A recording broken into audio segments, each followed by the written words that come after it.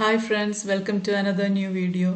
ഇന്നത്തെ video project അല്ലെ ഡെസേർട്ടേഷനെ പറ്റിയിട്ടാണ്. How to do project or dissertation in English literature. Final year സ്റ്റുഡൻസൊക്കെ അവരുടെ പ്രൊജക്റ്റ് അല്ലെ ഡെസേർട്ടേഷനൊക്കെ ചെയ്യാനായിട്ട് തുടങ്ങിയിട്ടുണ്ടാവും. U ജിയിലും P ജിയിലാണെങ്കിലും. അപ്പോൾ അവർ ടൈറ്റിൽ, ടോപ്പിക്ക് ഇതൊക്കെ സെലക്ട് ചെയ്യുന്നതിൻ്റെ കൺഫ്യൂഷനിലായിരിക്കും. അപ്പോൾ ഒരു വീഡിയോ അതിനെപ്പറ്റി ചെയ്യാമെന്ന് വിചാരിച്ചു. അതാണിത്. ഡിഗ്രി സ്റ്റുഡൻസിന്, യു ജി സ്റ്റുഡൻസിനാണെങ്കിൽ പ്രൊജക്റ്റ് എന്നും പി ജി സ്റ്റുഡൻസിന് ഡെസേർട്ടേഷൻ എന്നുമാണ് പറയുക. അതിൻ്റെ റൈറ്റിംഗ് സ്റ്റൈലൊക്കെ ഏകദേശം ഒരുപോലെ തന്നെയാണ്. അതിന് പേജസിൽ വരുന്ന വ്യത്യാസമാണ് മെയിനായിട്ട് വരുന്നത്. യു ജി സ്റ്റുഡൻസിന് 30 പേജസിൽ ഒതുങ്ങുന്നതാവുമ്പോൾ പി ജിക്ക് അത് 50 പേജസ് വരെയാണ് പോവുക. അപ്പോൾ എങ്ങനെയാണ് പ്രൊജക്റ്റ് അല്ലെങ്കിൽ ഡെസേർട്ടേഷൻ ചെയ്യുക, അതിൻ്റെ കാര്യങ്ങൾ എന്തൊക്കെയാണെന്ന് നമുക്ക് നോക്കാം. അത് നമ്മൾ ടോപ്പിക്ക് സെലക്ട് ചെയ്യുക എന്നുള്ളതാണ് ഏറ്റവും പ്രധാനപ്പെട്ട കാര്യം. ടോപ്പിക്ക് സെലക്ട് ചെയ്യുമ്പോൾ നിങ്ങൾക്ക് പരിചിതമായിട്ടുള്ളതും എന്നാൽ നിങ്ങൾക്ക് മെറ്റീരിയൽസ് പരമാവധി കിട്ടാൻ സാധ്യതയുള്ളതുമായിട്ടുള്ളതൊക്കെ ടോപ്പിക്സ് സെലക്ട് ചെയ്യാനായിട്ട് ശ്രമിക്കുക. അതേപോലെ ഔട്ട്സൈഡ് സിലബസ് ആവാനായിട്ട് ശ്രമിക്കുക. ഓതേഴ്സ് നിങ്ങൾക്ക് പഠിക്കാനുള്ളതാണെങ്കിലും വർക്ക്സ് പഠിക്കാനുള്ളതാവാതിരിക്കാനായിട്ട് പരമാവധി ശ്രമിക്കുക. കാരണം സിലബസിലുള്ള സിലബസിലുള്ള വർക്ക്സ് ആണ് നിങ്ങൾ ചൂസ് ചെയ്യുന്നത് എങ്കിൽ നിങ്ങൾക്ക് മാർക്ക് സ്കോർ ചെയ്യാൻ കുറച്ച് ബുദ്ധിമുട്ടായിരിക്കും. കാരണം വളരെ ഫെമിലിയർ ആയിട്ടുള്ള ഒരു വർക്ക് ആയതുകൊണ്ടും നിങ്ങൾ പഠിക്കുന്ന ഒരു വർക്ക് ആയതുകൊണ്ടുമാണ് അതിന് മാർക്ക് സ്കോർ ചെയ്യാൻ ബുദ്ധിമുട്ട് വരിക. അതുകൊണ്ട് സിലബസിന് പുറമേയുള്ള ഓതേഴ്സും വർക്ക്സും ആവാനായിട്ട് പരമാവധി ശ്രമിക്കുക. അതേപോലെ തന്നെ ഓതേഴ്സ് സിലബസിന് പുറത്തുള്ളതാണ് എങ്കിൽ അതിൻ്റെ മെറ്റീരിയൽസ് അവൈലബിൾ ആണോ, അതായത് പ്രൈമറി സോഴ്സായിട്ട് ടെക്സ്റ്റും നോവലാണെങ്കിൽ ആ നോവലും അതുകൂടാതെ അതിൻ്റെ ക്രിറ്റിക്കലായിട്ടുള്ള സ്റ്റഡി നടത്തിയിട്ടുള്ളതും നിങ്ങൾക്ക് കൂടുതൽ അഡീഷണലായിട്ട് വായിക്കാനായിട്ടുള്ള ബുക്സും അവൈലബിൾ ആണോ, അത് നെറ്റിലാണെങ്കിലും അതല്ല ബുക്സ് ആയിട്ടാണെങ്കിൽ അവൈലബിൾ ആണോ എന്ന് പരമാവധി അന്വേഷിച്ചതിന് ശേഷം മാത്രം ടോപ്പിക്ക് സെലക്ട് ചെയ്യുക. Translated works not allowed. അതായത് ഇപ്പം ഖസാക്കിൻ്റെ ഇതിഹാസം ഇംഗ്ലീഷിലും മലയാളത്തിലും ഉണ്ട്. സെയിം ഓതറാണ് എഴുതിയിരിക്കുന്നത്. OV വിജയൻ്റെയാണ് ഖസാക്കിൻ്റെ ഇതിഹാസം. ലെജൻഡ് ഓഫ് ഖസാക്ക് എന്ന് പറഞ്ഞിട്ട് അത് ഇംഗ്ലീഷിലും ഉണ്ട് മലയാളത്തിലും ഉണ്ട്. ഒരാൾ തന്നെ എഴുതിയ വർക്കാണ് എങ്കിൽ, അതായത് ഓതർ തന്നെ ഇംഗ്ലീഷിലും മലയാളത്തിലും എഴുതിയതാണ് എങ്കിൽ കുഴപ്പമില്ല. മറിച്ച് ഓതർ എഴുതിയ വർക്ക് വേറൊരാൾ ട്രാൻസ്ലേറ്റ് ചെയ്യുന്നതാണ് എങ്കിൽ അത് സാധാരണ അലോ ചെയ്യാറില്ല.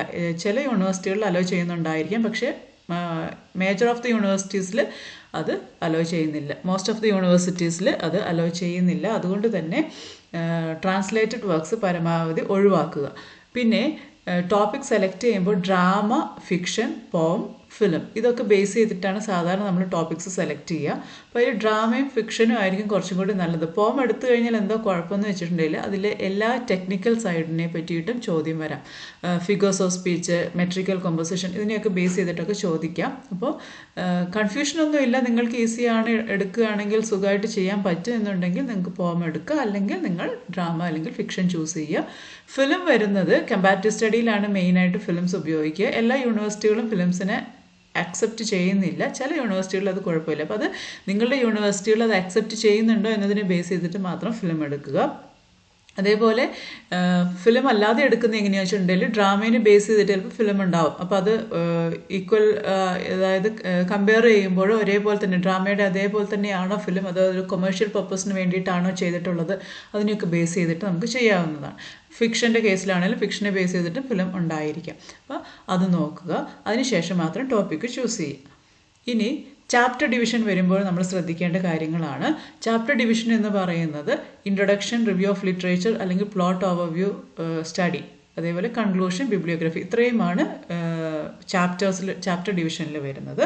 അപ്പോൾ ഇൻട്രൊഡക്ഷൻ എഴുതുമ്പോൾ ശ്രദ്ധിക്കേണ്ട കാര്യങ്ങൾ എന്താണെന്ന് വെച്ചിട്ടുണ്ടെങ്കിൽ ഇൻട്രൊഡക്ഷൻ എഴുതുമ്പോൾ നിങ്ങൾ എടുത്തിരിക്കുന്ന വർക്കിനെ പറ്റി പറയുന്നതിന് മുമ്പായിട്ട് ലിറ്ററേച്ചറിനെ പറ്റിയിട്ട് ജനറൽ ആയിട്ടൊന്ന് ഒരു 1-2 പാരഗ്രാഫിലൊന്ന് നോട്ട് ചെയ്യുക. ലിറ്ററേച്ചറിനെ പറ്റി പറഞ്ഞതിന് ശേഷം നിങ്ങൾ പറയാൻ ഉദ്ദേശിക്കുന്ന റൈറ്റർ ആരാണ്, ഓതർ ആരാണ്, ഓതറിനെ പറ്റി പറയുക. ഓതറിൻ്റെ വർക്ക്സിനെ പറ്റിയിട്ട് ജനറലായിട്ടൊന്ന് പറയുക. പിന്നെ ചിലർ റിവ്യൂ ഓഫ് ലിറ്ററേച്ചർ ഇൻട്രൊഡക്ഷനിൽ തന്നെയാണ് കൊടുക്കുക. റിവ്യൂ ഓഫ് ലിറ്ററേച്ചർ അല്ലെങ്കിൽ പ്ലോട്ട് ഓവർവ്യൂ അങ്ങനെ പറഞ്ഞിട്ടുണ്ടെങ്കിൽ ഉദ്ദേശിക്കുന്നത് നിങ്ങൾ എടുക്കുന്ന വർക്കിനെ പറ്റി മറ്റൊരാൾ റിവ്യൂ എഴുതിയിട്ടുള്ളത്, ലിറ്റററി ആയിട്ട് റിവ്യൂ എഴുതിയിരിക്കുന്നതാണ് ഉദ്ദേശിക്കുന്നത്. ഇപ്പോൾ ഫോർ എക്സാമ്പിൾ ഇവിടെ ഞാൻ കൊടുത്തിരിക്കുന്നത് പെസിമിസം ഇൻ മെയർ ഓഫ് കാസ്റ്റർബ്രിഡ്ജ്. അപ്പോൾ ഇവിടുത്തെ നോവൽ എന്ന് പറയുന്നത് തോമസ് ഹാഡിയുടെ മെയർ ഓഫ് കാസ്റ്റർബ്രിഡ്ജ് ആണ് എക്സാമ്പിളായിട്ട് കൊടുത്തിരിക്കുന്നത്. അപ്പോൾ മെയർ ഓഫ് കാസ്റ്റർബ്രിഡ്ജിൻ്റെ റിവ്യൂ, അത് ആരെങ്കിലും എഴുതിയൊരു റിവ്യൂവിനെ ബേസ് ചെയ്തിട്ടാണ് അവിടെ റിവ്യൂ ഓഫ് ലിറ്ററേച്ചർ വരിക. അപ്പോൾ അത് ഇൻട്രൊഡക്ഷനിൽ തന്നെയാണ് പലരും കൊടുക്കാറ്, എസ്പെഷ്യലി ഡെസേർട്ടേഷനിൽ, അതായത് PGയുടെ ഡെസേർട്ടേഷനിൽ റിവ്യൂ ഓഫ് ലിറ്ററേച്ചർ ഇൻട്രൊഡക്ഷനിൽ തന്നെ ഒരു പേജിലോ അല്ലെങ്കിൽ 1.5 പേജിലൊക്കെ ഒതുങ്ങുന്ന രീതിയിലാണ് കൊടുക്കുക. മറിച്ച് UGയിലാണ് എങ്കിൽ, അതായത് ഡിഗ്രി കോഴ്സിലാണ് എങ്കിൽ അത് വേറൊരു ചാപ്റ്ററായിട്ട് തന്നെ പല യൂണിവേഴ്സിറ്റികളിലും ചെയ്യുന്നുണ്ട്. റിവ്യൂ ഓഫ് ലിറ്ററേച്ചർ അല്ലെങ്കിൽ പ്ലോട്ട് ഓവർവ്യൂ എന്ന ഹെഡിങ്ങോട് കൂടി ചെയ്യാറുണ്ട്. അപ്പോൾ അത് ശ്രദ്ധിക്കുക. ശ്രദ്ധിച്ചതിന് ശേഷം നിങ്ങളുടെ കൺസേൺഡ് ഗൈഡുമായിട്ട് ഡിസ്കസ് ചെയ്തിട്ട് അത് റിവ്യൂ ഓഫ് ലിറ്ററേച്ചറിൽ ഇൻട്രൊഡക്ഷനിൽ കൊടുക്കുക, അല്ലെങ്കിൽ റിവ്യൂ ഓഫ് ലിറ്ററേച്ചർ അല്ലെങ്കിൽ പ്ലോട്ട് ഓവർവ്യൂ എന്ന ചാപ്റ്ററായിട്ട് തന്നെ സെക്കൻഡ് ചാപ്റ്ററായിട്ട് തന്നെ അത് കൊടുക്കാവുന്നതാണ്. അതേപോലെ ഇൻട്രൊഡക്ഷൻ്റെ പേജ് ഒരു 6-7 പേജിൽ കൂടുതലാവാതിരിക്കാനായിട്ട് പരമാവധി ശ്രദ്ധിക്കുക. നിങ്ങൾ ഇൻട്രൊഡക്ഷൻ ഒരുപാട് വലിച്ചു നീട്ടുന്നത് വളരെ മോശമാണ്, ഒരു ഭംഗിയില്ലാത്ത കാര്യമാണ്. അതുകൊണ്ട് തന്നെ നിങ്ങളുടെ പ്രൊജക്റ്റ് കുറച്ച് ഭംഗിയുള്ളതാവാൻ വേണ്ടിയിട്ട് ഇൻട്രൊഡക്ഷൻ ഒരുപാട് വലിച്ചു നീട്ടാതെ ഒരു 6-7 പേജസിൽ ഒതുക്കുന്നതായിരിക്കും നല്ലത്. അതേപോലെ സ്റ്റഡി വരുമ്പോൾ ശ്രദ്ധിക്കേണ്ടത്, ഇപ്പോൾ ഞാൻ എക്സാമ്പിളായിട്ട് പെസിമിസം ഇൻ മെയർ ഓഫ് കാസ്റ്റർബ്രിഡ്ജ് എല്ലാവരും കേട്ട് പരിചിതമായിട്ടുള്ളൊരു ടൈറ്റിലാണത് ഇവിടെ സ്റ്റഡി കൊടുത്തിരിക്കുന്നത്. അപ്പോൾ സ്റ്റഡി എന്ന് പറയുമ്പോൾ അവിടെയാണ് നമ്മളുടെ പഠനം ആരംഭിക്കുന്നത്. നമ്മൾ ആദ്യം ഇൻട്രൊഡക്ഷൻ പറഞ്ഞു, അപ്പോൾ റിവ്യൂ മറ്റുള്ളവർ എഴുതിയിരിക്കുന്ന ഒരു സമ്മറീൻ്റെ ഒരു ക്രിട്ടിക്കൽ റിവ്യൂ അവിടെ കൊടുത്തു. അതിനുശേഷം നമ്മൾ നമ്മുടെ പഠനം ആരംഭിക്കുകയാണ്. അപ്പോൾ അവിടെ 3rd ചാപ്റ്ററായിട്ട് വേണമെങ്കിൽ പെസിമിസം എന്താണെന്ന് പറയാം, പെസിമിസം അതിൻ്റെ ഫീച്ചേഴ്സും എന്താണെന്ന് 3rd ചാപ്റ്ററിൽ കൊടുക്കാം. 4th ചാപ്റ്ററായിട്ട് മെയർ ഓഫ് കാസ്റ്റർബ്രിഡ്ജിൽ എങ്ങനെയാണ് പെസിമിസം വരുന്നത് എന്ന് നമുക്ക് പറയാനായിട്ട് പറ്റും. അപ്പോൾ നിങ്ങൾ എടുക്കുന്ന ടോപ്പിക് ഏതാണ് അതിനെ ബേസ് ചെയ്തിട്ട്, ഇപ്പോൾ post colonial elements in the God of small things ആണ് എങ്കിൽ പോസ്റ്റ് കൊളോണിയൽ എലമെൻറ്റ്സ് എന്താണ്, അല്ലെങ്കിൽ പോസ്റ്റ് കൊളോണിയലിസം എന്താണ് എന്ന് 3rd ചാപ്റ്ററിൽ കൊടുക്കുക. അതിനുശേഷം ദ ഗോഡ് ഓഫ് സ്മോൾ തിങ്സിൽ എങ്ങനെയാണ് പോസ്റ്റ് കൊളോണിയൽ എലമെൻറ്റ്സ് വരുന്നത് എന്ന് കൊടുക്കുക. ഇത്രയും കാര്യങ്ങളാണ് ആ ഒരു സ്റ്റഡീനെ ബേസ് ചെയ്ത് വരുന്നത്.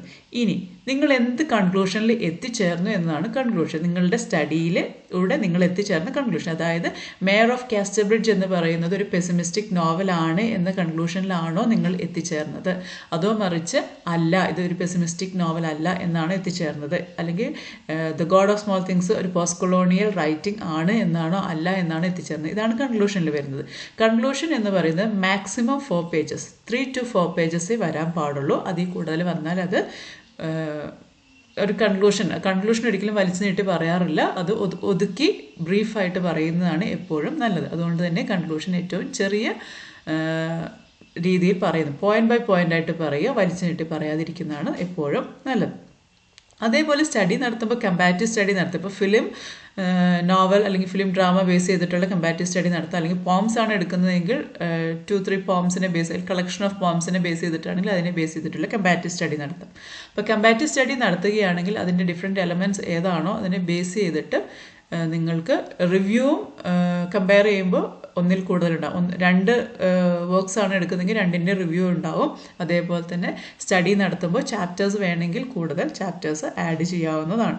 ഇത് റിവ്യൂവിൻ്റെയും കൺക്ലൂഷൻ്റെ ഇടയിലാണ് ഈ ചാപ്റ്റേഴ്സിൻ്റെ ഡിവിഷൻ വരുന്നത്. അതിന് ടൈറ്റിലും കൊടുക്കണം. എന്താണ് അതിന്, ഇപ്പോൾ തീംസാണ്, 2 തീംസിനെ ബേസ് ചെയ്തിട്ടാണ് ഈ ചെയ്യുന്നതെങ്കിൽ 2 തീംസ് ഓരോ ചാപ്റ്റേഴ്സായിട്ട് ചെയ്ത് നിങ്ങൾക്ക് ചെയ്യാവുന്നതാണ്.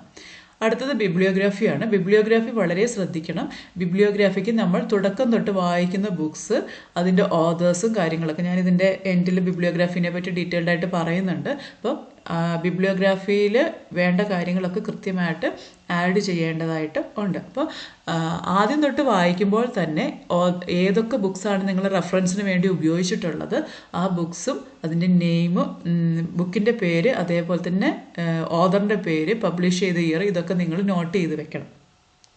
വായിച്ചു അന്നേരം വായിച്ച് പോയിന്റ് കളക്ട് ചെയ്ത് പക്ഷേ ബുക്ക് ഏതാണെന്ന് ഓർമ്മയില്ല, ഓതർ ആരാണെന്ന് ഓർമ്മയില്ല എന്ന് വരുന്ന ഒരു സിറ്റുവേഷൻ ഉണ്ടാവരുത്. കാരണം ബിബ്ലിയോഗ്രാഫിയിൽ മാക്സിമം നിങ്ങൾ വായിച്ചിട്ടുണ്ട് എന്നതിനൊരു തെളിവാണ് ബിബ്ലിയോഗ്രാഫി. അതേപോലെ തന്നെ വെബ്സൈറ്റ്സിലാണ് നിങ്ങൾ റെഫർ ചെയ്തിട്ടുള്ളതെങ്കിൽ ആ ഏതൊക്കെ വെബ്സൈറ്റിലാണോ നിങ്ങൾ റെഫർ ചെയ്തിട്ടുള്ളത് അതിൻ്റെ ഐഡിയും കാര്യങ്ങളൊക്കെ നിങ്ങൾ നേരത്തെ തന്നെ എഴുതി വെക്കേണ്ട ആവശ്യം ഉണ്ട്. ബിബ്ലിയോഗ്രാഫിയിലേക്ക് എടുക്കാൻ വേണ്ടിയിട്ടാണ് ഇത് നമ്മൾ ചെയ്യുന്നത്. അടുത്തതായിട്ട് നമ്മൾ ഈ പ്രൊജക്റ്റ് ചെയ്യാൻ വേണ്ടിയിട്ട് അല്ലെങ്കിൽ ഡെസർട്ടേഷൻ ചെയ്യുമ്പോൾ നമ്മൾ ശ്രദ്ധിക്കേണ്ടത് നമ്മൾ ഏത് എഡിഷനാണ് ഫോളോ ചെയ്യുന്നത് എന്നാണ്. എല്ലാ യൂണിവേഴ്സിറ്റികളും തന്നെ MLA ഹാൻഡ് ബുക്കിൽ 8th എഡിഷനാണ് ഫോളോ ചെയ്യാറ്. അപ്പോൾ 8th എഡിഷൻ അതിൽ വരുന്ന റൂൾസ് ആൻഡ് റെഗുലേഷൻസ് എന്താണ് എന്നാണ് ഞാനിനി പറയുന്നത്.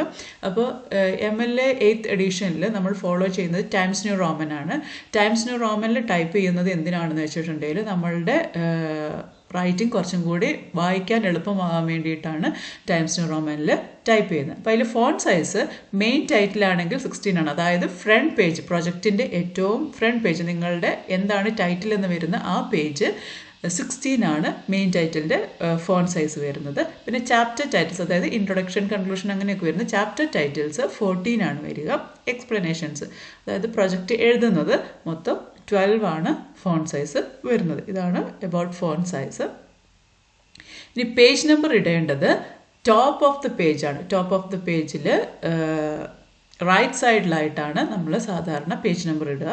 ചില യൂണിവേഴ്സിറ്റികളിൽ അത് ടോപ്പിൽ സെൻറ്ററിലും ഇടാറുണ്ട്. അപ്പോൾ അത് സിലബസിൽ അല്ലെങ്കിൽ നിങ്ങളുടെ ഗൈഡിനോട് ചോദിച്ചിട്ട് ഒന്നിലെ സെൻറ്ററിൽ, ടോപ്പിൽ സെൻറ്ററിൽ അല്ലെങ്കിൽ റൈറ്റ് സൈഡിലായിട്ടാണ് പേജ് നമ്പർ ഇടേണ്ടത്. മാർജിൻ ഇടുമ്പോൾ ശ്രദ്ധിക്കേണ്ടത് 1 ഇഞ്ച് മാർജിനാണ് എല്ലാ സൈഡിലും, ടോപ്പിലും ബോട്ടത്തിലും ഈച്ച് സൈഡിലുമായിട്ട് നമ്മൾ ഇടേണ്ടത് 1 ഇഞ്ച് മാർജിനാണ്. ചിലർ ബൈൻഡ് ചെയ്യാൻ നേരത്ത് സൈഡിൽ ചിലപ്പം കാണാതെ പോകുമെന്നൊക്കെ പറഞ്ഞ് കുറച്ചും കൂടി നീട്ടി ഇടാറുണ്ട് ലെഫ്റ്റ് സൈഡിൽ. പക്ഷെ അതിൻ്റെ ആവശ്യമില്ല. 1 ഇഞ്ച് മാർജിൻ ഇട്ടാൽ തന്നെ നമുക്ക് കൃത്യമായിട്ട് ബൈൻഡ് ചെയ്യാൻ പറ്റും. സ്പൈറൽ ബൈൻഡാണ് സാധാരണ UGയിൽ ചെയ്യുക, PGയിലാണ് ബൈൻഡ് ചെയ്യുന്നത്. അപ്പോൾ അത് 1 ഇഞ്ച് മാർജിനാണ് സാധാരണ ഇടുന്നത്. ലെഫ്റ്റ് സൈഡിൽ വേണമെങ്കിൽ മാത്രം കുറച്ച് മാർജിൻ കൂട്ടിയിടാവുന്നതാണ്.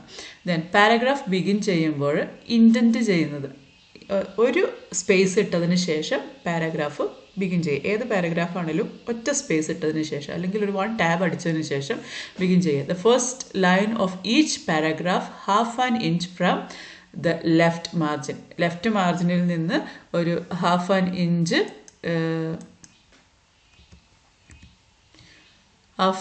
ഇഞ്ച് സ്പേസ് ഇട്ടതിന് ശേഷം വേണം പാരഗ്രാഫ് സ്റ്റാർട്ട് ചെയ്യുക. ലെഫ്റ്റ് സൈഡിൽ നിന്ന് ഒരു സ്പേസ് അല്ലെങ്കിൽ ഒരു ടാബ് അടിച്ചതിന് ശേഷം പാരഗ്രാഫ് സ്റ്റാർട്ട് ചെയ്യുക.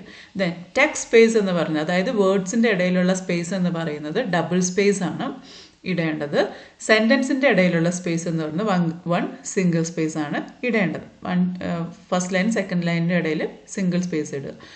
അതേപോലെ ഹെഡിങ് അണ്ടർലൈൻ ചെയ്യേണ്ട ആവശ്യം ഇല്ല. ഹെഡിങ് അണ്ടർലൈൻ ചെയ്യുക എന്നത് ലിറ്ററേച്ചറിൽ പ്രൊജക്റ്റ് അല്ലെങ്കിൽ ഡെസർട്ടേഷൻ്റെ ഇടയിൽ ഹെഡിങ് അണ്ടർലൈനിങ് എന്ന് പറയുന്ന ഒരു സംഭവം ഇല്ല. അതിൻ്റെ ആവശ്യമില്ല. കാരണം അത് ടൈറ്റിൽ ഓൾറെഡി നമ്മൾ കൊടുക്കുന്നത് ക്യാപിറ്റൽ ലെറ്റേഴ്സിലായിരിക്കും. അതേപോലെ അതിൻ്റെ സൈസും കൂടുതലാണ്. അപ്പോൾ അതിൻ്റെ ഇടയ്ക്ക് പിന്നെ അണ്ടർലൈൻ ചെയ്യേണ്ട ആവശ്യമില്ല. അതേപോലെ തന്നെ ലിറ്ററേച്ചറിൽ ഒരിക്കലും നമ്മൾ സബ് ഹെഡിങ്സ്, ഒരു പേജിൻ്റെ മേലെ ഇൻട്രൊഡക്ഷൻ കൊടുത്ത് പിന്നെ sub heading about the author, his works അങ്ങനെ പറഞ്ഞ് സബ് ഹെഡിങ്സ് കൊടുക്കേണ്ട ആവശ്യമില്ല. അത് പാരഗ്രാഫ് തിരിച്ച് എഴുതിയാൽ മതി. ഫസ്റ്റ് പാരഗ്രാഫ് ഓതറിനെ പറ്റിയിട്ടാണ് എങ്കിൽ അത് ഡീറ്റെയിൽഡ് ആയിട്ട് പറഞ്ഞിട്ട് സെക്കൻഡ് പാരഗ്രാഫിൽ അബൌട്ട് ഹിസ് വർക്ക്സ് പറഞ്ഞു പോയാൽ മതി. ഒരു പാരഗ്രാഫ് ഒരു പോയിന്റിനെ ബേസ് ചെയ്തിട്ട് അങ്ങനെ ഓരോ പാരഗ്രാഫായിട്ട് തിരിച്ചെഴുതിയാൽ മതി. അല്ലാതെ അതിൻ്റെ ഇടയ്ക്ക് സബ് ഹെഡിങ്സ് കൊടുക്കില്ല. ലിറ്ററേച്ചറിൽ ഒരിക്കലും സബ് ഹെഡിങ് കൊടുത്തിട്ട് നമ്മൾ എഴുതാറില്ല. അത് പാരഗ്രാഫ് തിരിച്ചെഴുതുക മാത്രമാണ് ചെയ്യുക. അതേപോലെ ടൈറ്റിലിന് അണ്ടർലൈൻ ചെയ്യുകയും ചെയ്യില്ല. ഇനി ടെക്സ്റ്റ് സൈറ്റേഷനാണ്. ടെക്സ്റ്റ് സൈറ്റേഷനിൽ ഇൻടെക്സ്റ്റ് സൈറ്റേഷനാണ് ആദ്യം വരുന്നത്. ഇൻടെക്സ്റ്റ് സൈറ്റേഷൻ എന്ന് പറഞ്ഞാൽ ഇപ്പോൾ നമ്മൾ പറയുന്ന ഒരു കൃതിയിൽ ആ കൃതിയുമായി റിലേറ്റ് ചെയ്തിട്ട് വേറെ ആരെങ്കിലും പറഞ്ഞ് കുറച്ച് കോട്ട്സ് നമ്മൾ ആഡ് ചെയ്യുകയാണ്. അതായത് നമ്മുടെ പ്രൈമറി സോഴ്സ് ആയിട്ടുള്ള ടെക്സ്റ്റിൽ നിന്നുമല്ല, മറിച്ച് വേറൊരു കൃതിയിൽ ആരെങ്കിലും പറഞ്ഞിട്ടുള്ളൊരു അഭിപ്രായത്തെ ആഡ് ചെയ്യുകയാണെങ്കിൽ നമ്മൾ അവിടെ ആഡ് ചെയ്യേണ്ടത് ബ്രാക്കറ്റിലിടണം. സെക്കൻഡ് നെയിം ആദ്യം എഴുതുക, കോമ എഴുതുക, ഫസ്റ്റ് നെയിം എഴുതുക, കോമ ഇടുക.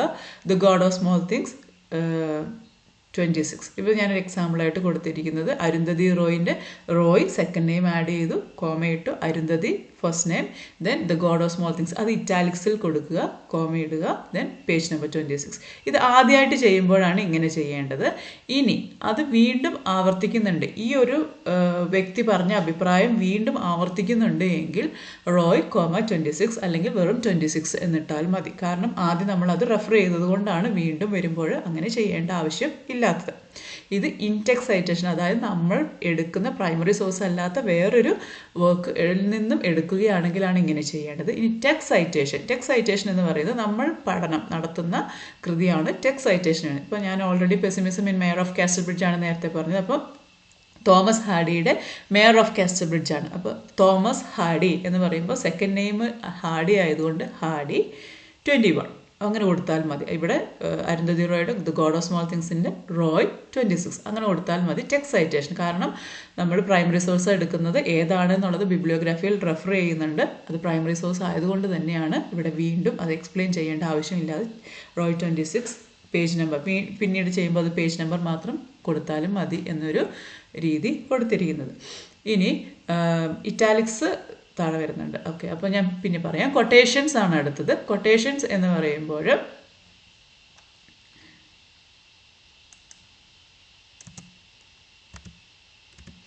കൊട്ടേഷൻസിൽ longer than 4 lines indent from left margin, അതായത് 4 lines കൂടുതലുള്ള കൊട്ടേഷൻ നമ്മൾ എന്ത് ചെയ്യണമെന്ന് വെച്ചിട്ടുണ്ടെങ്കിൽ ലെഫ്റ്റിൽ മാർജിൻ ലെഫ്റ്റ് സൈഡിൽ നിന്ന് ഇൻഡൻറ്റ് ചെയ്യണം. ഇൻഡൻറ്റ് ചെയ്യുക എന്ന് പറഞ്ഞിട്ടുണ്ടെങ്കിൽ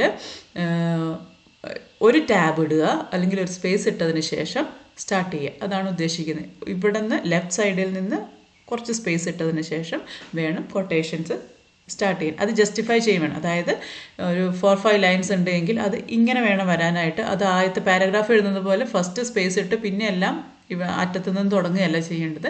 എല്ലാം ഇൻഡൻറ്റ് ചെയ്തിട്ട് എല്ലാ ലൈൻസിനും ഇൻഡൻറ്റ് ചെയ്ത് ജസ്റ്റിഫൈ ചെയ്ത് വേണം കൊട്ടേഷൻസ് എഴുതാൻ വേണ്ടിയിട്ട്. ഇൻവേർട്ടഡ് കോമ ഇടുമ്പോൾ ശ്രദ്ധിക്കേണ്ട കാര്യം, ഇൻവേർട്ടഡ് കോമ ഒരു 2 linesൻ്റെ ഒരു കൊട്ടേഷനാണ് പറയുന്നെങ്കിൽ, ആരെങ്കിലും പറഞ്ഞ കാര്യമാണ് പറയുന്നതെങ്കിൽ അത് ഡബിൾ കൊട്ടേഷനിൽ കൊടുക്കുക. അതിൻ്റെ ഇടയിൽ ഏതെങ്കിലും സിംഗിൾ ലൈൻ അല്ലെങ്കിൽ ഒരു 1, 2, 3 വേർഡ്സ് നമ്മൾ എവിടെന്നെങ്കിലും ആഡ് ചെയ്യുന്നുണ്ട് എങ്കിൽ അത് സിംഗിൾ ഇൻവേർട്ടഡ് കോമയിൽ കൊടുക്കുക. അതായത് സെൻറ്റൻസ് ഡബിൾ ഇൻവേർട്ടഡ് കോമയിലും വേർഡ്സ് സിംഗിൾ ഇൻവേർട്ടഡ് കോമയിലും വേണം കൊടുക്കാനായിട്ട്. അടുത്തത് ഇറ്റാലിക്സ് ആണ്. ഇറ്റാലിസൈസ് ചെയ്യുകയാണ്. ടൈറ്റിൽസ്, ഏതൊരു വർക്കിൻ്റെ ടൈറ്റിൽ നിങ്ങളുടെ പ്രൊജക്റ്റ് അല്ലെങ്കിൽ ഡെസർട്ടേഷനിൽ റെഫർ ചെയ്യുന്നുണ്ടോ അതൊക്കെ ഇറ്റാലിക്സിൽ വേണം കൊടുക്കാൻ വേണ്ടിയിട്ട്. ഇറ്റാലിക്സ് എന്ന് പറഞ്ഞിട്ടുണ്ടെങ്കിൽ ചെരിച്ചെഴുതുന്നതാണ് ഇറ്റാലിക്സ് എന്ന് പറയുന്നത്. അത് ഇറ്റാലിക്സിൽ വേണം കൊടുക്കാനായിട്ട്. അതിപ്പോൾ നിങ്ങൾ പഠനം നടത്തുന്ന ഓതറിൻ്റെ വർക്ക്സ് ആവാം, മറ്റേതെങ്കിലും വർക്ക്സിനെ പറ്റിയിട്ട്. ഇപ്പോൾ drama, fiction, collection of poems, ഇതൊക്കെ നിങ്ങൾ ഇറ്റാലിക്സിൽ കൊടുക്കണം. സ്മോൾ പോംസ് ഒക്കെ ആണെങ്കിൽ അത് ഡബിൾ ഇൻവേർട്ടഡ് കോമയിൽ കൊടുത്താൽ മതി. മറിച്ച് ബാക്കിയെല്ലാം ഇറ്റാലിക്സിൽ വേണം, വർക്ക്സ് എല്ലാം ഇറ്റാലിക്സിൽ വേണം കൊടുക്കാനായിട്ട്. അപ്പോൾ നിങ്ങൾ മെയിൻ ടൈറ്റിൽ എഴുതുമ്പോഴും പ്രോജക്റ്റിൻ്റെ മെയിൻ ടൈറ്റിൽ എഴുതുമ്പോഴും പെസിമിസം ഇൻ മേയർ ഓഫ് കാസ്റ്റൽബ്രിഡ്ജ് എന്നാണ് എങ്കിൽ മേയർ ഓഫ് കാസ്റ്റൽബ്രിഡ്ജ് എന്നുള്ളത് ഇറ്റാലിക്സിൽ വേണം കൊടുക്കാനായിട്ട്. ഇവിടെ the God of small things ഇറ്റാലിക്സിലാണ് കൊടുത്തിരിക്കുന്നത്, അതേപോലെ ഇറ്റാലിക്സിൽ കൊടുക്കുക. ദെൻ ക്യാപിറ്റലൈസേഷൻ ആണ് അടുത്തത്. ക്യാപിറ്റലൈസേഷൻ എന്ന് പറയുന്നത് അബ്രീവിയേഷൻസ് ക്യാപിറ്റൽ ലെറ്റേഴ്സിൽ വേണം കൊടുക്കാനായിട്ട്. അതേപോലെ ഓതേഴ്സിൻ്റെ പേരിൻ്റെ വ്യക്തികളുടെ ആരുടെ പേരാണെങ്കിലും അതിൻ്റെ ഫസ്റ്റ് ലെറ്റേഴ്സ് ക്യാപിറ്റലിൽ കൊടുക്കുക. സെൻറ്റൻസ് സ്റ്റാർട്ട് ചെയ്യേണ്ടത് ക്യാപിറ്റലിലാണ്. അതേപോലെ ടൈറ്റിൽസ്, ബുക്കിൻ്റെ ടൈറ്റിൽസ് ഫസ്റ്റ് ലെറ്റേഴ്സ്, എല്ലാ വേർഡിൻ്റെയും ഫസ്റ്റ് ലെറ്റേഴ്സ് ക്യാപിറ്റലിൽ കൊടുക്കുക. ഇത്രയൊക്കെയാണ് ക്യാപിറ്റലൈസേഷനിൽ വരുന്നത്. പിന്നെ ഹെഡിങ്സ്, ചാപ്റ്റർ ഹെഡിങ്സും അങ്ങനെയുള്ള കാര്യങ്ങളൊക്കെ ക്യാപിറ്റലിൽ കൊടുക്കണം. അടുത്തത് ബിബ്ലിയോഗ്രാഫിയാണ്. ഏറെ കൺഫ്യൂഷൻ ഉണ്ടാക്കുന്ന ഒരു ഏരിയയാണ് ബിബ്ലിയോഗ്രാഫി. അത് എങ്ങനെ എഴുതണം, ഡോട്ട്സ്, കോളൻ, ഇങ്ങനെയുള്ള കാര്യങ്ങൾ, കോമ ഒക്കെ എവിടെ ഇടണം എന്നുള്ളതൊക്കെ വളരെയധികം കൺഫ്യൂഷൻ ഉണ്ടാക്കുന്ന ഒരു ഏരിയയാണ്. അപ്പോൾ നിങ്ങൾ ആദ്യം തന്നെ നിങ്ങൾ സ്റ്റഡി നടത്തുമ്പോൾ തന്നെ ഈ ഒരു രീതിയിൽ എഴുതി പോയാൽ ആ ഒരു കൺഫ്യൂഷൻ നിങ്ങൾക്ക് ഒഴിവാക്കാം. നെയിം ഓഫ് ദ ഓതറാണ് ബിബ്ലിയോഗ്രാഫിയിൽ ആദ്യം എഴുതേണ്ടത്. അത് സെക്കൻഡ് നെയിം ആദ്യം എഴുതുക, ഫസ്റ്റ് നെയിം അതിന് ശേഷം എഴുതുക. പിന്നെ നെയിം ഓഫ് ദ ബുക്ക്, ഏത് ബുക്കാണെന്നുള്ളത് അത് ഇറ്റാലിക്സിൽ വേണം കൊടുക്കാൻ. അതേപോലെ സിറ്റി ഓഫ് പബ്ലിക്കേഷൻ, ഇപ്പോൾ ലണ്ടൻ പബ്ലിക്കേഷൻ അങ്ങനെയൊക്കെ ഉണ്ടാവും. ആ പബ്ലിക്കേഷൻ്റെ സിറ്റി ഏതാണ്, ആരാണ്, ഏത് കമ്പനിയാണ് പബ്ലിഷ് ചെയ്തത്, പബ്ലിഷർ, അത് ഏത് കമ്പനിയാണ് പബ്ലിഷ് ചെയ്തത്, പബ്ലിക്കേഷൻ്റെ ഇയർ അല്ലെങ്കിൽ ഡേറ്റ്, ഏത് ഇയറിൽ പബ്ലിഷ് ചെയ്തു അല്ലെങ്കിൽ ഏത് ഡേറ്റിലാണ് പബ്ലിഷ് ചെയ്തത്. ഇത്രയും കാര്യങ്ങളാണ് ബിബ്ലിയോഗ്രാഫിയിൽ വരേണ്ടത്. ഞാനിവിടെ ഒരു എക്സാമ്പിൾ കൊടുത്തിട്ടുണ്ട്. Roy second name, comma, Arundhati first name, full stop, the God of small things ഇറ്റാലിക്സിൽ കൊടുക്കുക, full stop, then publication, published city India, then comma, then publisher India Inc എന്ന് പറയുന്ന പബ്ലിഷിംഗ് കമ്പനിയാണ് ഇത് പബ്ലിഷ് ചെയ്തിരിക്കുന്നത്, ഇയർ 1997. അപ്പോൾ ഇത്രയും കാര്യങ്ങളാണ് ബിബ്ലിയോഗ്രാഫിയിൽ വരേണ്ടത്. ഇനി ഇവിടെ നമ്മൾ ശ്രദ്ധിക്കേണ്ടത്, ഇത് ചെയ്തതിന് ശേഷം ഈ ബിബ്ലിയോഗ്രാഫി എഴുതിയതിന് ശേഷം അപ്പോൾ ഫസ്റ്റ് ലൈനിൽ ഇത് തീരുന്നില്ല, സെക്കൻഡ് ലൈനിലേക്ക് വരുന്നുണ്ട്. അപ്പോൾ ഫസ്റ്റ് ലൈനിൻ്റെ തൊട്ട് താഴെ തന്നെ, റോയിൻ്റെ തൊട്ട് താഴെ തന്നെ ഇന്ത്യ വരരുത്, ഒരു സ്പേസ് ഇട്ടതിന് ശേഷം മാത്രമേ സെക്കൻഡ് ലൈൻ സ്റ്റാർട്ട് ചെയ്യാനായിട്ട് പാടുള്ളൂ. ഇത് ഫസ്റ്റ് ബിബ്ലിയോഗ്രാഫിയിൽ ഒരു ഫസ്റ്റ് സോഴ്സായിട്ട് ഇത് കൊടുത്തു.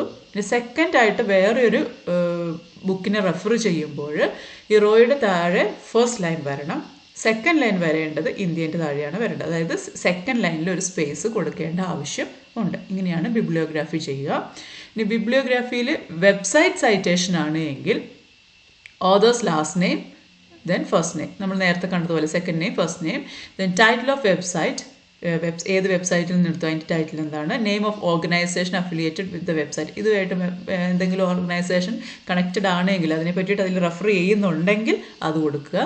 ഡേറ്റ് ഓഫ് കോപ്പിറൈറ്റ് അല്ലെ അപ്ഡേറ്റഡ്, ഏത് ഇയറിലാണ് അല്ലെങ്കിൽ ഏത് ഡേറ്റിലാണ് ഇത് സൈറ്റിൽ വെബ്സൈറ്റിൽ അപ്ലോഡ് ചെയ്തിട്ടുള്ളത്, അതേപോലെ തന്നെ അതിൻ്റെ URL എന്താണ്, നമ്മളത് ആക്സസ് ചെയ്ത്, അതായത് നിങ്ങൾ പ്രൊജക്റ്റ് ചെയ്യുമ്പോൾ നിങ്ങൾ എന്നാണോ ഈ ഒരു വെബ്സൈറ്റിൽ നിന്നും ഈ കൃതി വായിച്ചത്, അത് നിങ്ങൾ എന്നാണോ സ്വീകരിച്ചത്, അതിൻ്റെ ഡേറ്റാണ് ലാസ്റ്റ് കൊടുക്കേണ്ടത്. അപ്പോൾ നിങ്ങൾ എന്ന് വെബ്സൈറ്റിൽ ഇത് സെർച്ച് ചെയ്തോ അന്ന് ആ ഡേറ്റും കൂടി എഴുതി വെക്കണം, എങ്കിൽ മാത്രമേ ഇത് ബിബ്ലിയോഗ്രാഫി കൃത്യമായിട്ട് ചെയ്യാൻ സാധിക്കുകയുള്ളൂ.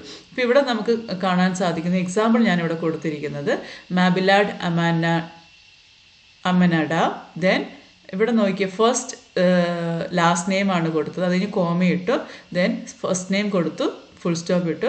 ഷേക്സ്പിയർ ഓൺലൈൻ, അത് ഇറ്റാലിക്സിൽ കൊടുക്കണം, ഇറ്റാലിക്സിൽ കൊടുത്തു, ദെൻ കോമ ഇട്ടു, ദെൻ ഏത് ദിവസമാണ് ഏത് ഡേറ്റിലാണ് ഇത് അപ്ഡേറ്റ് ചെയ്തിട്ടുള്ളത്, 29 ഡിസംബർ 2011, അതിങ്ങനെ കൊടുക്കുക, കോമ ഇടുക, ദെൻ വെബ്സൈറ്റ് URL കൊടുക്കുക. URL കൊടുത്തതിന് ശേഷം ആക്സസ് ചെയ്ത്, ആക്സസ്ഡ് എന്ന് എഴുതിയില്ലെങ്കിലും കുഴപ്പമില്ല, ഫുൾ സ്റ്റോപ്പ് ഇട്ടതിന് ശേഷം ആ ഡേറ്റ്, നിങ്ങൾ ആക്സസ് ചെയ്ത ഡേറ്റ് ഇട്ടാൽ മതി. ഇവിടെ ഞാൻ ആക്സസ്ഡ് 6 ജൂലൈ 2016 എന്നാണ് ഇട്ടിരിക്കുന്നത്. ഇത്രയും കാര്യങ്ങളാണ് വെബ്സൈറ്റ് സൈറ്റേഷനിൽ ആവശ്യമായിട്ടുള്ളത്.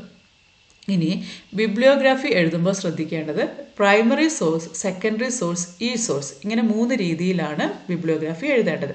പ്രൈമറി സോഴ്സായിട്ട് എഴുതേണ്ടത് നിങ്ങൾ പഠനത്തിന് ഉപയോഗിക്കുന്ന നോവൽ, ഡ്രാമ, പോം ഏതാണോ അതാണ് പ്രൈമറി സോഴ്സായിട്ട് വരിക. അപ്പോൾ അവിടെ ഒറ്റ ഒരു കൃതിയേ ഉണ്ടാവുകയുള്ളൂ, അത് നിങ്ങളുടെ പ്രൈമറി സോഴ്സ് മാത്രമായിരിക്കും. സെക്കൻഡറി സോഴ്സിലാണ് ബാക്കിയുള്ള കാര്യങ്ങൾ വരേണ്ടത്. ഇപ്പോൾ പ്രൈമറി സോഴ്സായിട്ട് ഇവിടെ പറയുകയാണെങ്കിൽ മേയർ ഓഫ് കാസ്റ്റൽബ്രിഡ്ജ് ആണെങ്കിൽ തോമസ് ഹാഡിയുടെ മേയർ ഓഫ് കാസ്റ്റൽബ്രിഡ്ജ് ആണ് ഇവിടെ പ്രൈമറി സോഴ്സായിട്ട് വരിക. ഇനി സെക്കൻഡറി സോഴ്സിൽ ഞാനിപ്പോൾ പെസിമിസത്തിന് വേണ്ടി ക്രിറ്റിക്കൽ ആയിട്ടുള്ള ഏതെങ്കിലും വർക്ക്സ് ഒക്കെ എടുത്തിട്ടുണ്ട് എങ്കിൽ, ഇപ്പോൾ ഫോർ എക്സാമ്പിൾ MH എബ്രാംസിൻ്റെ ഗ്ലോസറി ടേംസ് ഒക്കെ എടുത്തിട്ടുണ്ടെങ്കിൽ സെക്കൻഡറി സോഴ്സിലാണ് അത് എഴുതേണ്ടത്. ദെൻ ഈ സോഴ്സിൽ വെബ്സൈറ്റിലൊക്കെ നമ്മൾ സെർച്ച് ചെയ്ത് കണ്ടെത്തിയിട്ടുള്ള മെറ്റീരിയൽസ് ഉണ്ടെങ്കിൽ അതാണ് ഈ സോഴ്സിൽ എഴുതേണ്ടത്. ഇത്രയും കാര്യങ്ങളാണ് പ്രൊജക്റ്റ് അല്ലെങ്കിൽ ഡിസർട്ടേഷൻ ചെയ്യുമ്പോൾ നിങ്ങൾ ശ്രദ്ധിക്കേണ്ടത്. ആദ്യം തന്നെ പോയിട്ട് ടൈറ്റിലൊന്നും എഴുതി വെക്കരുത്. ഇൻട്രൊഡക്ഷനും കൺക്ലൂഷനും ഒക്കെ എഴുതാനായിട്ട് അതിൻ്റേതായ സമയം എടുക്കുക. ആദ്യം സ്റ്റഡിയിലേക്ക് പോവുക. നിങ്ങൾ സ്റ്റഡി ചെയ്യാൻ ഉദ്ദേശിക്കുന്ന ഒരു ഏരിയ ഗൈഡുമായിട്ട് ഒരു സജഷനൊക്കെ കിട്ടി നിങ്ങൾ ഏകദേശം ചെയ്യാനായിട്ട് ഒരു തീരുമാനത്തിലെത്തിയതിന് ശേഷം നിങ്ങൾ ചെയ്യേണ്ടത് ആദ്യം സ്റ്റഡി ചെയ്യുക. പ്ലോട്ട് ഓവർവ്യൂവും സ്റ്റഡിയും ചെയ്യുക. സ്റ്റഡി ചെയ്ത് കഴിയുമ്പോൾ നിങ്ങൾക്ക് ഇൻട്രൊഡക്ഷൻ നല്ല രീതിയിൽ എഴുതാനായിട്ട് പറ്റും. ഏറ്റവും അവസാനം മാത്രമേ നിങ്ങൾ കൺക്ലൂഷൻ എഴുതാനായിട്ട് പാടുള്ളൂ. കൺക്ലൂഷനും എഴുതിയതിന് ശേഷം നിങ്ങൾക്ക് ടൈറ്റിലിൽ വേണമെങ്കിൽ ചില സ്ലൈറ്റ് ആയിട്ടുള്ള ചേഞ്ചസ് വരുത്താവുന്നതാണ്. സ്ലൈറ്റ് ചേഞ്ചസ് എന്ന് പറയുമ്പോൾ ഉദ്ദേശിക്കുന്നത് എങ്ങനെയാണ്, നിങ്ങൾ ആദ്യം ഒരു പെസിമിസം ഇൻ മേയർ ഓഫ് കാസ്റ്റൽബ്രിഡ്ജ് എന്ന് നിങ്ങൾ ചൂസ് ചെയ്തു. നിങ്ങൾ പഠനം നടത്തിയപ്പോൾ കുറച്ചും കൂടി ഡീറ്റെയിൽഡ് ആയിട്ട് സ്റ്റഡി നടത്തിയപ്പോൾ കുറച്ചും കൂടി അതിൽ ഹീറോയ്ക്ക് കോൺസെൻട്രേറ്റ് ചെയ്യാമെന്ന് നിങ്ങൾക്ക് തോന്നി. അപ്പോൾ ഹെൻജാർഡ് ആസ് എ പെസിമിസ്റ്റിക് ഹീറോ എന്ന് കൊടുക്കാനായിട്ട് നിങ്ങൾ കുറച്ചും കൂടി താല്പര്യം കാണിക്കുകയാണ്. അപ്പോൾ അത് ഏറ്റവും എൻഡിലാണ്, കൺക്ലൂഷനൊക്കെ ചെയ്ത് കഴിഞ്ഞപ്പോഴാണ് നിങ്ങൾക്ക് ആ ഒരു സ്റ്റഡി കുറച്ചും കൂടി ഹെൻജാർഡിനെ കോൺസെൻട്രേറ്റ് ചെയ്തിട്ടാണ് അല്ലെങ്കിൽ ഹീറോയിനെ കോൺസെൻട്രേറ്റ് ചെയ്തിട്ടാണ്, അതുകൊണ്ട് ടൈറ്റിൽ കുറച്ചും കൂടി ഒരു മാറ്റം വരുത്താം എന്ന് നിങ്ങൾക്ക് തോന്നിയത്. അങ്ങനെ ആകുമ്പോൾ എന്ത് ചെയ്യാം, ആ ടൈറ്റിലിൽ മാറ്റം വരുത്തുക. ആദ്യം തന്നെ ടൈറ്റിൽ ഫൈനലൈസ് ചെയ്യാതെ ടോപ്പിക്കൊക്കെ ചൂസ് ചെയ്തിട്ട് ഏറ്റവും അവസാനം ടൈറ്റിൽ ഫൈനലൈസ് ചെയ്യുക. അതേപോലെ കൺക്ലൂഷൻ ഏറ്റവും അവസാനം എല്ലാ സ്റ്റഡിയും നടത്തി നിങ്ങളുടെ ഫൈൻഡിങ്സ് ആണ് കൺക്ലൂഷൻ എന്ന് പറഞ്ഞത്. അപ്പോൾ അത് കുറച്ചും കൂടി ഡീറ്റെയിൽഡ് ആയിട്ട് നല്ല രീതിയിൽ എഴുതാനായിട്ട് ശ്രദ്ധിക്കുക. ഇത്രയും കാര്യങ്ങളാണ് അബൌട്ട് പ്രൊജക്റ്റ് അല്ലെങ്കിൽ ഡെസേർട്ടേഷൻ. പി ജിയുടെയും യു ജിയുടെയും തമ്മിൽ ഡെസേർട്ടേഷൻ അല്ലെങ്കിൽ പ്രൊജക്റ്റിൽ വലിയ വ്യത്യാസങ്ങളൊന്നുമില്ല, ചെറിയ ചെറിയ സ്ലൈറ്റ് ആയിട്ടുള്ള ചേഞ്ചസേ ഉള്ളൂ. യു ജിയിൽ പ്രൊജക്റ്റ് ചെയ്തിട്ടുള്ളവർക്ക് പി ജിയിലെ ഡെസേർട്ടേഷൻ ചെയ്യുക കുറേ കൂടി എളുപ്പമാണ്. പക്ഷേ യു ജിക്കാർക്കാണ് കുറേ ബുദ്ധിമുട്ട് ഫീൽ ചെയ്യുക. ഒരുപാട് പോസ്റ്റ് മോഡേൺ റൈറ്റേഴ്സും അവരുടെ റൈറ്റിങ്സും ഉണ്ട്. അത് കണ്ടെത്തി അതിൻ്റെ മെറ്റീരിയൽസ് അവൈലബിൾ ആണെങ്കിൽ അതിനെ ബേസ് ചെയ്ത് ചെയ്യാനായിട്ട് ശ്രമിക്കുക. ഒരു സീനിയർ ആയിട്ടുള്ള പഠിച്ചിറങ്ങിപ്പോയവർ ചെയ്ത പ്രൊജക്റ്റിൻ്റെ അതേ ടൈറ്റിൽ എടുത്ത് ചെയ്യാതെ പുതിയ പുതിയ രീതിയിലുള്ള ടൈറ്റിൽസൊക്കെ ചൂസ് ചെയ്ത് ചെയ്യാനായിട്ട് ശ്രമിക്കുക. അപ്പോൾ all the best for your project or dissertation and do it well. Thank you. ഇപ്പോൾ ചാനൽ സബ്സ്ക്രൈബ് ചെയ്തിട്ടില്ലെങ്കിൽ സബ്സ്ക്രൈബ് ചെയ്യുക, കമൻറ്റ് ചെയ്യുക, ഈ വീഡിയോ മറ്റുള്ളവർക്ക് ഷെയർ ചെയ്ത് കൊടുക്കുക. Thank you.